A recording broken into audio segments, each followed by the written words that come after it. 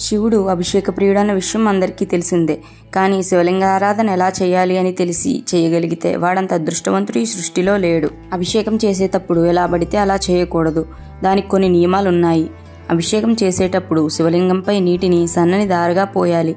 అంతేగాని పంచపాత్రలో నీళ్లు తీసుకుని ఉద్ధరణితో పోయకూడదు. అంతేకాదు ఆ అభిషేక జలం అస్సలు తొక్కరాదు. శివునికి ఆవు పాలు, తేనె, నెయ్యి, పెరుగు, పంచదారతో వరుసగా అభిషేకం చేయాలి. ఇతర ద్రవ్యాలతో అభిషేకం చేస్తున్నప్పుడు శుద్ధ జలం ఎప్పటికప్పుడు వాడుతూనే ఉండాలి. అది ఎలా అంటే ఆవు పాలతో అభిషేకం చేసిన వెంటనే నీళ్లతో అభిషేకం చేయాలి. ఆ తరువాత తేనెతో అభిషేకం చేసిన వెంటనే మళ్ళీ నీళ్లతో అభిషేకించి నేతితో అభిషేకం చేయాలి. వెంటనే మళ్ళీ శుద్ధ జలంతో అభిషేకించాలి. ఇలా ప్రతి దాని తర్వాత శుద్ధ జలంతో అభిషేకం తప్పనిసరిగా చేయాలి. ఇలా మనం అభిషేకం చేసేటప్పుడు పాటించవలసిన చిన్న చిన్న నియమాల ద్వారా ఆ శివానుగ్రహం కలిగి మనం అభిషేకించేటప్పుడు మనసులో చేసుకున్న సంకల్పం కూడా తప్పకుండా నెరవేరుతుంది. ఓం నమః శివాయ.